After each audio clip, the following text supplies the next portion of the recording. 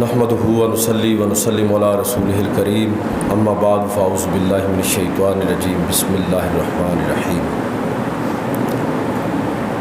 وما ارسلناک الا رحمۃ للعالمین صدق اللہ مولانا العظیم وصدق رسولہ النبی الکریم الامین ونحن علی ذالک من الشاہدین والشاکرین والحمد للہ رب العالمین۔ درود پاک پڑھیے۔ الصلاۃ والسلام علیک یا رسول اللہ وعلی آلک واصحابک وسلم یا حبیب اللہ۔ الصلاۃ والسلام علیک یا رسول اللہ وعلی آلک واصحابک وسلم یا نبی اللہ۔ الصلاۃ والسلام علیک یا رسول اللہ وعلی آلک واصحابک وسلم یا حبیب اللہ۔ واجب الاحترام سامعین و حاضرین، آج کے خطبہ جمعۃ المبارک میں ربیع الاول کی مناسبت سے نبی کریم صلی اللہ علیہ وسلم کی سیرت کا ایک پہلو عرض کرنا چاہوں گا۔ جو آیت مقدسہ میں نے آپ کی خدمت میں تلاوت کی ہے، وما ارسلناک الا رحمۃ للعالمین، اور اے محبوب صلی اللہ علیہ وسلم، ہم نے آپ کو نہیں بھیجا مگر سب جہانوں کے لیے رحمت بنا کر۔ اس آیت مقدسہ کی بہت ساری جہات ہیں، تو ان جہات میں سے ایک جہت پر انشاءاللہ میں آج بات کروں گا۔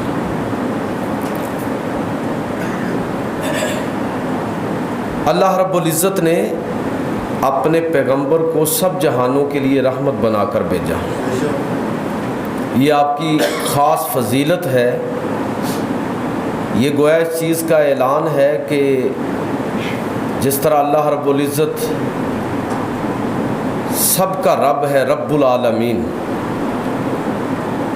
قرآن مجید سب انسانوں کے لیے اللہ کی طرف سے ہدایت نامہ ہے، تذکیر ہے، ذکر للعالمین۔ بالکل اسی انداز میں نبی کریم صلی اللہ علیہ وسلم سب جہانوں کے لیے رحمت للعالمین۔ تو گویا کہ اللہ رب العزت کی جہاں جہاں تک خدائی ہے، رسول اللہ صلی اللہ علیہ وسلم کی وہاں تک مصطفی ہے۔ آپ رحمت ہیں سب کے لیے، اس میں کوئی تخصیص نہیں ہے کہ وہ مسلمان ہوں، غیر مسلموں کے لیے بھی رحمت ہے، انسانوں کے لیے بھی نہیں، حیوانات کے لیے بھی رحمت ہے۔ حیوانات ہی نہیں بلکہ جمادات اور نباتات کے لیے بھی رحمت ہے۔ تو نبی کریم صلی اللہ علیہ وسلم کا جو رحمت ہونا ہے، یہ اصل میں اس کی ہماگیریت کی طرف اشارہ ہے۔ اچھا، اب اگلی بات جو سمجھنے والی یہ ہے کہ یہ بات تو طے ہو گئی کہ جس طرح اللہ سب کے لیے رب ہے، مصطفیٰ کریم صلی اللہ علیہ وسلم سب کے لیے رحمت ہے۔ لیکن رحمت کوئی کسی کے لیے کب ہو سکتا ہے؟ یاد رکھیے کہ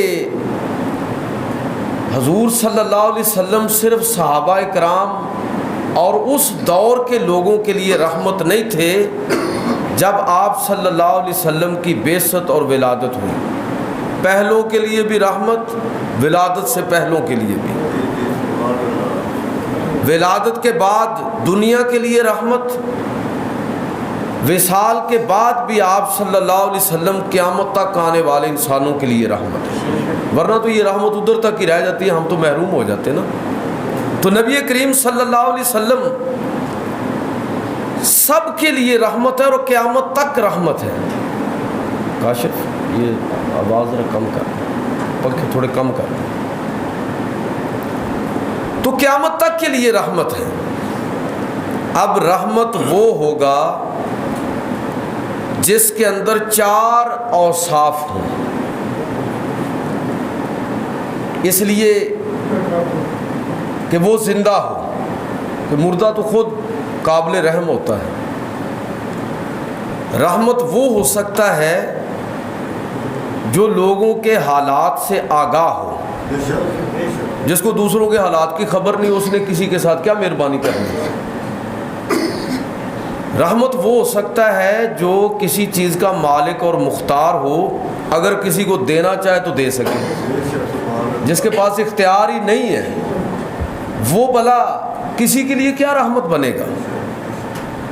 اور رحمت وہ ہو سکتا ہے جو قریب ہو، جو دور ہو، حالات سے بے خبر ہو، کسی چیز کا مالک اور مختار نہ ہو، اور ویسے بھی زندگی سے محروم ہو، تو وہ کسی کے لیے رحمت نہیں ہو سکتا۔ اس لیے یہاں جو رحمت کا لفظ ہے نا، رحمت للعالمین، علماء مفسرین اور سیرت نگاروں نے لکھا ہے کہ یہاں رحمت جو مصدر ہے، عربی زبان میں مصدر فاعل کے معنی میں بھی استعمال ہوتا ہے اور مفعول کے معنی میں بھی استعمال ہوتا ہے۔ تو یہاں مطلب یہ ہوگا وَمَا أَرْسَلْنَاكَ إِلَّا رَحْمَةً لِّلْعَالَمِينَ، اے پیارے پیغمبر، ہم نے آپ کو سب جہانوں پر رحمت کرنے والا راحم بنا کے بھیجا ہے۔ اور رحم کرنے کے لیے پہلی چیز جو ہے وہ کیا ہے کہ رحم کرنے والا زندہ ہو۔ اس لیے یاد رکھیے کہ اللہ رب العزت نے اپنے پیارے پیغمبر کو ایسی زندگی عطا فرمائی، بلکہ آپ کی زندگی کو تو ایک طرف وہ بعد میں بات کرتے ہیں، حضور کے صدقے اللہ رب العزت نے ان سب کو زندگی عطا فرما دی جنہوں نے نبی کریم صلی اللہ علیہ وسلم کے ساتھ اپنی نسبت قائم کر لی۔ بھائی شہید کو زندگی جو ملتی ہے، ایسی زندگی کہ جس کے بارے میں اللہ رب العزت ارشاد فرماتا ہے کہ وَلَا تَحْسَبَنَّ الَّذِينَ قُتِلُوا فِي سَبِيلِ اللَّهِ أَمْوَاتًا، کہ جو لوگ اللہ کی راہ میں شہید کر دیے جائیں انہیں مردہ مت کہو، بل احیاء عند ربہم یرزقون، وہ اپنے رب کے ہاں زندہ ہیں، رزق دیے جاتے ہیں، ان کو رزق دیا جاتا ہے۔ وہ رزق کیسے دیا جاتا ہے اس کی حقیقتوں سے ہم صرف اتنا ہی آگاہ ہے جتنا ہمیں اللہ کے پیغمبر نے بتایا، لیکن وہ زندہ ہے، اللہ کے ہاں ان کو رزق دیا جاتا ہے جس طرح کہ اللہ کی حکمت ہو۔ تو یہ شہیدوں کو زندگی ملی نبی کریم صلی اللہ علیہ وسلم کے سبب اور آپ کی وجہ سے۔ تو آپ سوچئے کہ جس نے بھی حضور کے ساتھ، جس نے کلمہ پڑھ لیا وہ زندہ و جاوید ہو گیا، جس نے اپنی گردن اسلام کے لیے، پیغمبر اسلام کے لیے کٹا لی وہ زندہ ہو گیا۔ تو جس کے لیے کٹائی ہے اس کی زندگی کا آپ ذرا تصور کریں، وہ کیسی زندگی اور کیسی شان ہوگی۔ اس لیے نبی کریم صلی اللہ علیہ وسلم کو اللہ رب العزت نے ایسی شاندار زندگی عطا فرمائی کہ آپ کا وصال سے پہلے لوگوں کے لیے رحمت ہونا یہ بھی ثابت ہے، اپنی ظاہری حیات کے اندر لوگوں کے لیے رحمت ہونا یہ بھی ثابت ہے، اور بعد از وصال بھی حضور صلی اللہ علیہ وسلم دوسروں کے لیے رحمت ہے۔ اب آپ دیکھیے خود نبی کریم صلی اللہ علیہ وسلم نے اس چیز کو کس طرح واضح فرمایا لوگوں جمعہ کا دن بڑا فضیلت والا ہوتا ہے، یہ سید الایام ہے، سید الیوم، تمام دنوں کا سردار ہے۔ اس دن تم کثرت سے درود پڑھا کرو، اور اس لیے درود پڑھا کرو، نبی کریم صلی اللہ علیہ وسلم نے ارشاد فرمایا فَإِنَّ صَلَاتَكُمْ تُعْرَضُ عَلَيَّ، کہ تمہارا سلام مجھ پر پیش کیا جاتا ہے۔ قالوا یا رسول اللہ صلی اللہ علیہ وسلم کیف تُعْرَضُ عَلَيْكَ صلاتنا وقد ارمتا، اے اللہ کے نبی آپ پر ہمارا سلام کیسے پہنچے گا جب کہ آپ تو اس دنیا سے رخصت ہو چکے ہوں گے، خاک نشین ہو چکے ہوں گے، قبر کے اندر اتر چکے ہوں گے۔ تو نبی کریم صلی اللہ علیہ وسلم نے ارشاد فرمایا، سننے ابی داؤد کی روایت ہے، فرمایا کہ فقال ان اللہ حرم علی الارض ان تاکل اجساد الانبیاء فنبی اللہ حی یرزق، اللہ نے زمین پر حرام کر دیا ہے کہ وہ نبیوں کے جسموں کو کھائے۔ اللہ کا نبی زندہ ہوتا ہے فیرزق، اور اللہ کی طرف سے اس کو رزق دیا جاتا ہے۔ وہ رزق روحانی دنیا میں وہ رزق کس طرح کا ہے، اس کی حقیقتوں سے اللہ جانتا ہے اور اللہ کا رسول جانتا ہے۔ لیکن یہ بات بالکل واضح ہے کہ اللہ کے پیغمبر اپنی قبروں کے اندر اس طرح مر کے مٹی میں نہیں مل جاتے جس طرح میں اور آپ ہمارا حال ہوتا ہے۔ ان کی برزخ کی زندگی، عالم ارواح کی زندگی، بعد از وصال کی زندگی، ہر زندگی کا ہر لمحہ شاندار ہوتا ہے۔ میرے بھائیوں، بات بڑی سمجھنے والی اور سیدھی بات ہے کہ اللہ کے نبی صلی اللہ علیہ وسلم، عام طور پر ہم واقعہ بیان کرتے ہیں کہ معراج کی رات حضور کا ایک لقب کیا ہے، امام الانبیاء، تمام انبیاء کے امام۔ تو معراج کی رات اللہ کے پیغمبر صلی اللہ علیہ وسلم نے دیگر انبیاء کی امامت کروائی، اس وجہ سے آپ کو امام الانبیاء کہا جاتا ہے۔ اور یاد رکھیے کہ ارواح کی امامت پر انبیاء کا امام ہونا، اس کا تو کوئی تک ہی نہیں بنتا۔ یہ جو امامت تھی روح مال جسد تھی، جس طرح اللہ کے پیغمبر صلی اللہ علیہ وسلم روح اور جسم کے ساتھ بیت المقدس کے اندر موجود ہیں، اسی طرح تمام انبیاء کو اللہ رب العزت نے یہ توفیق عطا فرمائی کہ وہ حضور صلی اللہ علیہ وسلم کی بارگاہ میں آپ کے مقتدی بن کر روح اور جسم کے ساتھ اللہ کے نبی کی اقتداء کریں۔ تو یہ آپ کا امام الانبیاء ہونا جو ہے، تو اس سے پتہ چلتا ہے کہ تمام انبیاء انسان ہونے کے باوجود ان کی شان اور عظمت عام انسانوں سے کہیں بڑھ کر ہے۔ تو بشر بھی ہے مگر خیر البشر بھی تو ہے، مجھ کو تو یاد ہے بس اتنا سراپا تیرا۔ نبی کریم صلی اللہ علیہ وسلم، آپ اللہ رب العزت نے آپ کو رحمت بنا کے بھیجا، اور میں نے پہلی بات جو عرض کیا وہ یہ ہے کہ رحمت وہ بن سکتا ہے، دوسروں کے لیے رحم دوسروں پر وہ کر سکتا ہے جو پہلے خود زندہ ہو۔ جو مر کے مٹی میں مل چکا ہو، اس نے کسی پر کیا رحم کرنا ہے۔ اور صحابہ کا بھی یہی عقیدہ تھا۔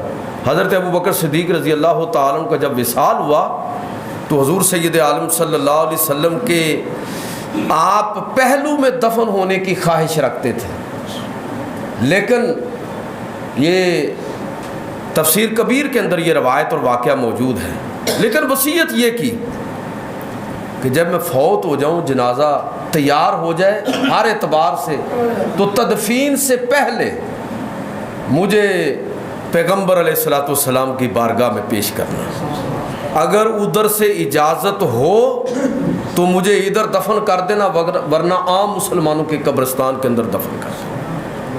امام رازی رحمۃ اللہ تعالیٰ تفسیر کبیر کے اندر یہ واقعہ نقل کرتے ہیں کہ جب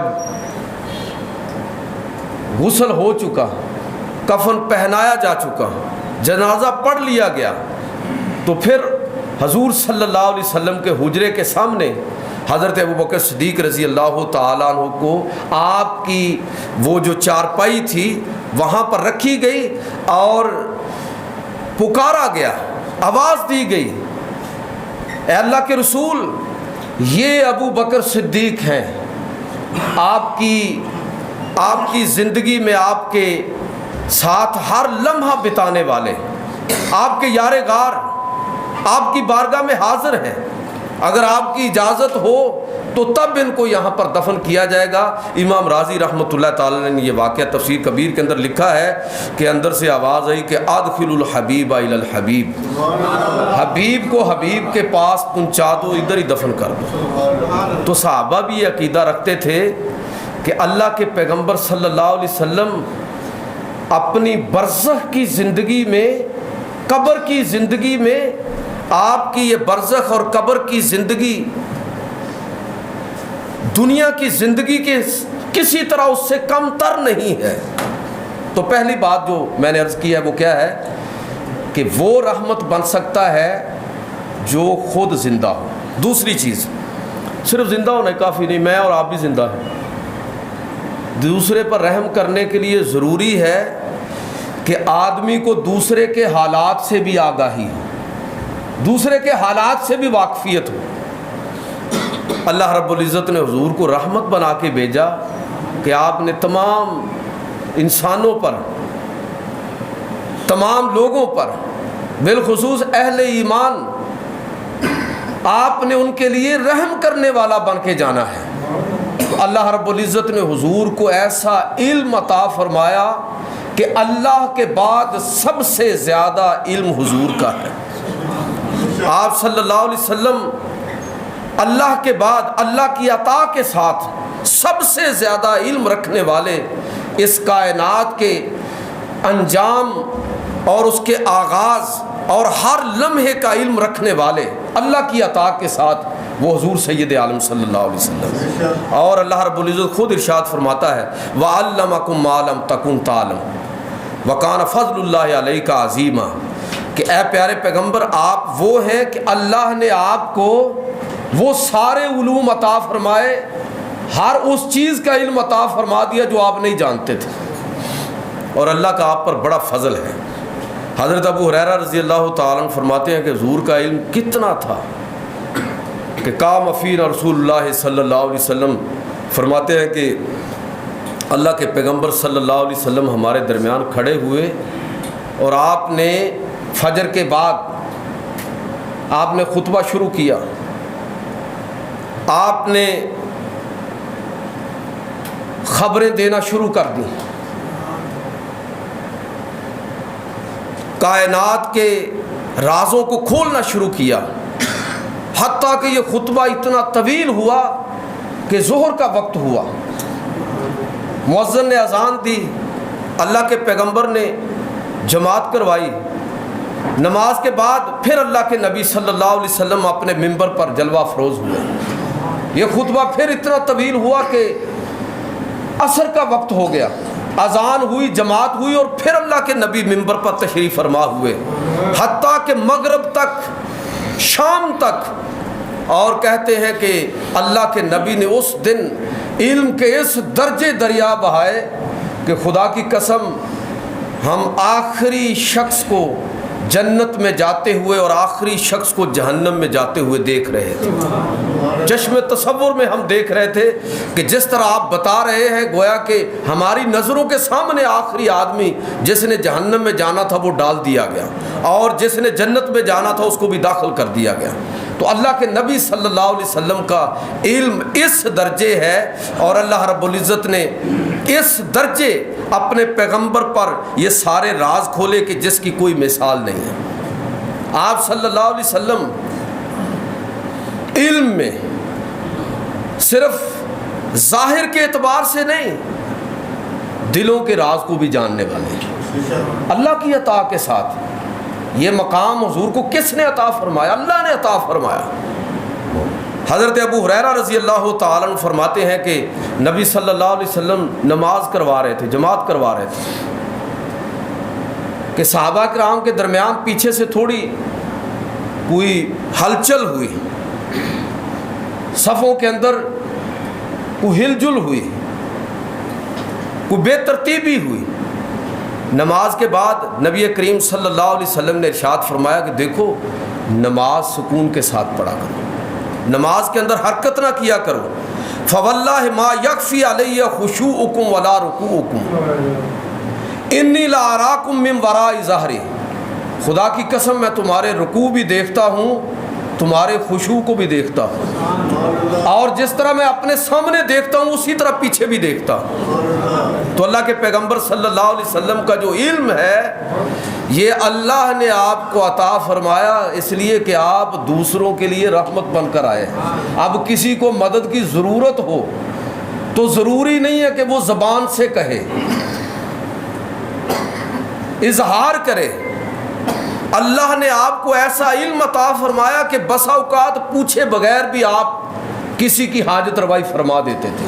حضرت وابصہ رضی اللہ تعالیٰ عنہ صحابی رسول وہ عرض کرتے ہیں کہ میں ایک دفعہ نبی کریم صلی اللہ علیہ وسلم کی بارگاہ میں حاضر ہوا اور ذہن میں کچھ سوال لے کر گیا کہ میں آج یہ پوچھوں گا کہ کون سی چیز نیکی ہوتی ہے اور کون سی چیز گناہ ہوتا ہے۔ آج میں یہ سوال کروں گا۔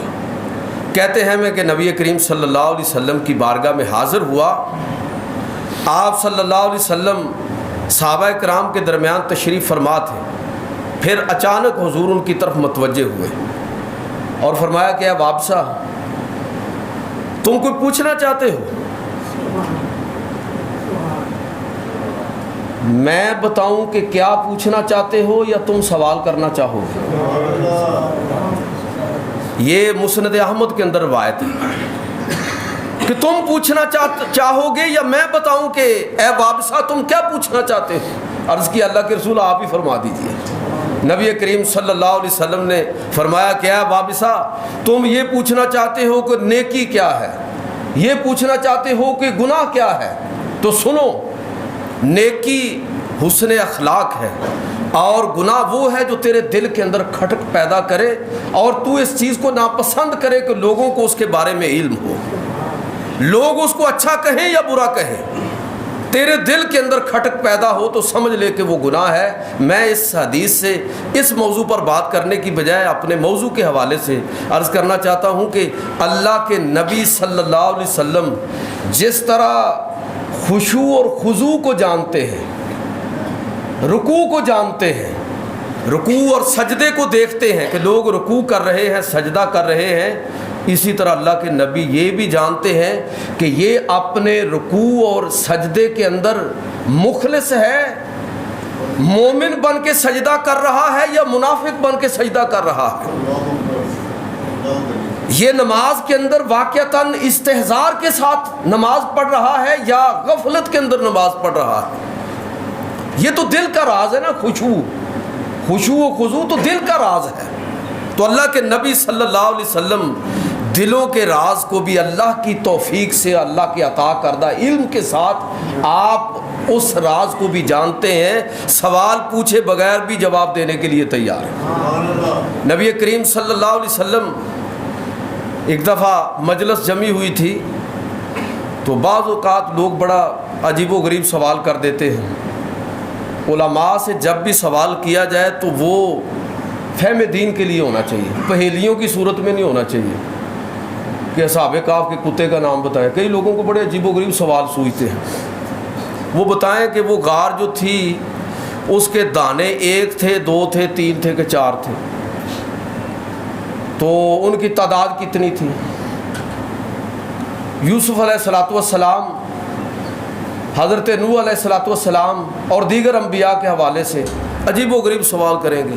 بھئی نہ اسلام کو اس سے غرض ہے، نہ آپ کا دین اور ایمان اس پر بیس کرتا ہے کہ آپ کو ضرور ہی پتہ ہو کہ نوح علیہ السلام کی جو کشتی تھی وہ اتنے فٹ لمبی تھی، اتنے فٹ چوڑی تھی، اس کی اتنی منزلیں تھیں، اس کو یہ لکڑی لگی ہوئی تھی فلاں فلاں درخت کی۔ یہ آپ کے مطلب کی باتیں نہیں ہیں، لیکن کئی دفعہ لوگ اسی طرح کے سوال کر دیتے ہیں۔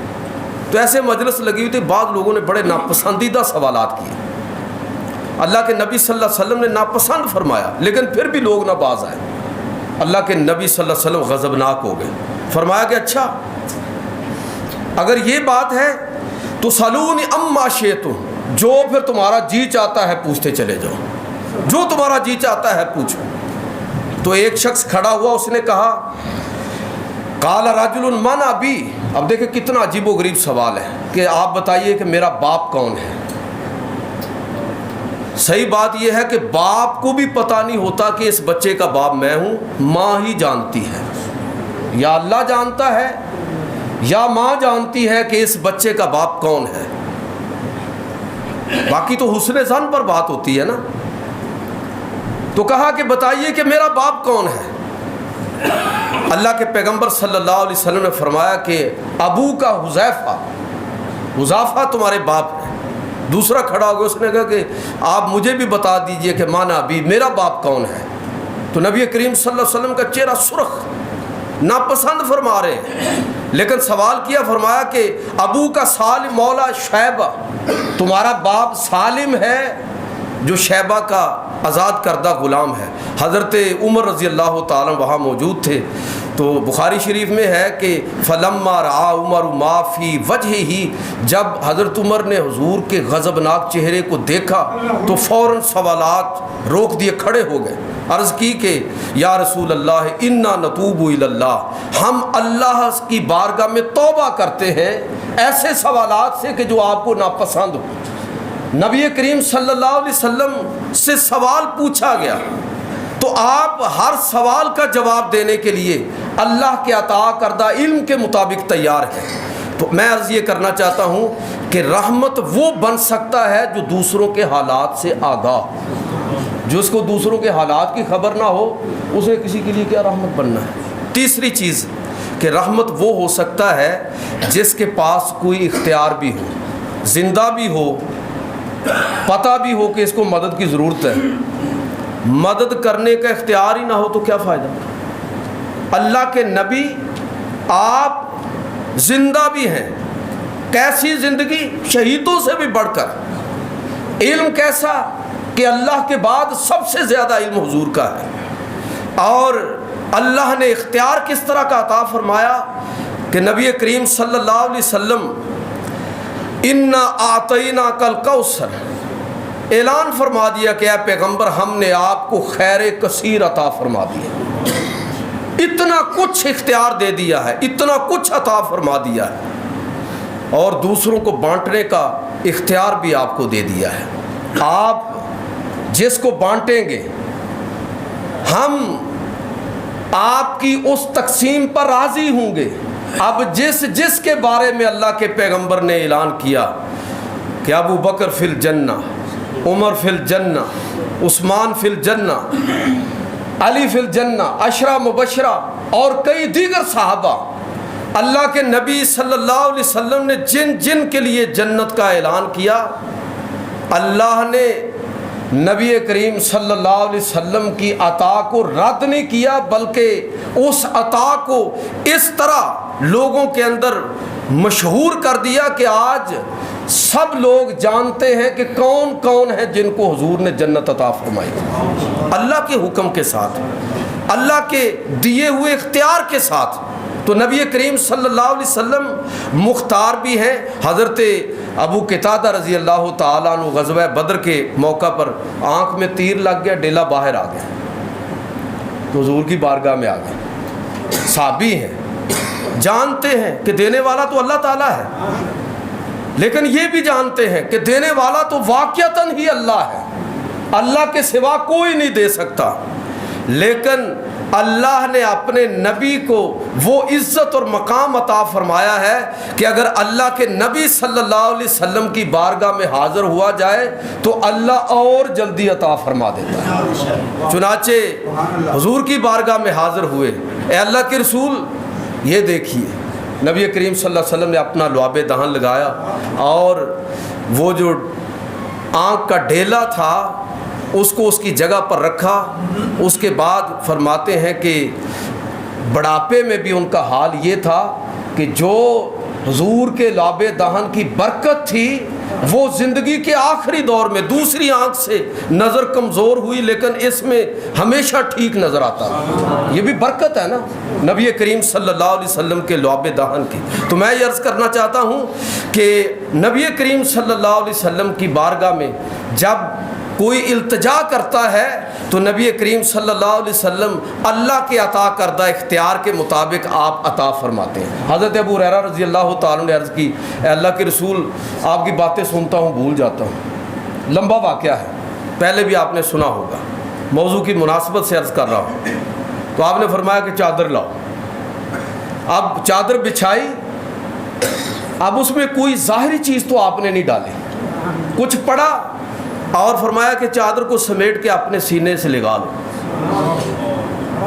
حضرت ابو ہریرہ فرماتے ہیں کہ اللہ کے نبی کی دعا اور برکت مجھے اس طرح حاصل ہوئی کہ اس کے بعد جو کچھ بھی میں نے زبان رسالت سے سنا پھر کبھی مجھے بھولا نہیں۔ 5374 حدیثیں سب صحابہ سے بڑھ کر حضرت ابو ہریرہ رضی اللہ تعالیٰ عنہ سے مروی ہیں۔ آخری بات کہ رحم وہ کر سکتا ہے جو قریب ہو، زندہ ہونا کافی نہیں ہے، حالات سے آگاہ ہونا بھی کافی نہیں ہے، اختیار بھی ہو لیکن آدمی اتنی دور ہو، تو وہ رحمت بنا کر بھیجا۔ رحمت بمانا راہم، رحم کرنے والا۔ تو آپ صلی اللہ علیہ وسلم کو اس طرح اہل ایمان کے قریب کر دیا، زمین کو اس طرح حضور صلی اللہ علیہ وسلم کے سامنے سمیٹ کے رکھ دیا کہ خود نبی کریم صلی اللہ علیہ وسلم ارشاد فرماتے ہیں کہ ان اللہ زوالی الارض حتی فرعیت مشارقہا و مغاربہا۔ یہ صحیح مسلم کی روایت ہے کہ نبی کریم صلی اللہ علیہ وسلم فرماتے ہیں کہ اللہ رب العزت نے میرے لیے زمین کی تنابوں کو اس طرح کھینچ دیا کہ میں اس کے مشرق اور مغرب کو دیکھ سکتا ہوں۔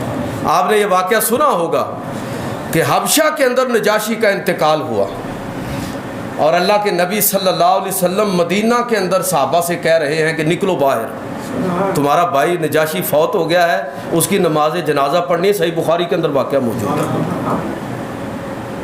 یہاں سے علماء نے دو طرح کا استدلال کیا کہ غائبانہ نماز جنازہ پڑھنا جائز ہے، یہ استدلال بھی درست ہے، اور بعض نے کہا کہ نہیں، غائبانہ نماز جنازہ درست نہیں ہے، اس لیے کہ یہ حضور کی خصوصیت ہے، یہ صرف آپ کے لیے خاص تھا کہ اللہ نے زمین کو اس طرح سمیٹ دیا کہ مدینہ میں رہتے ہوئے بھی اللہ کے پیغمبر صلی اللہ علیہ وسلم کے سامنے نجاشی کا جو جنازہ تھا وہ سامنے موجود تھا۔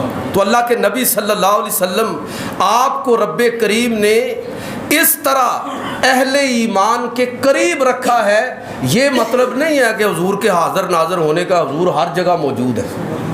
مطلب یہ ہے کہ اللہ کے پیغمبر صلی اللہ علیہ وسلم اگر اپنی نگاہ ناز کو اٹھائیں، اگر کسی پر کرم کرنا چاہیں تو مدینہ میں رہتے ہوئے بھی یہاں کوئی ان سے دور نہیں ہے۔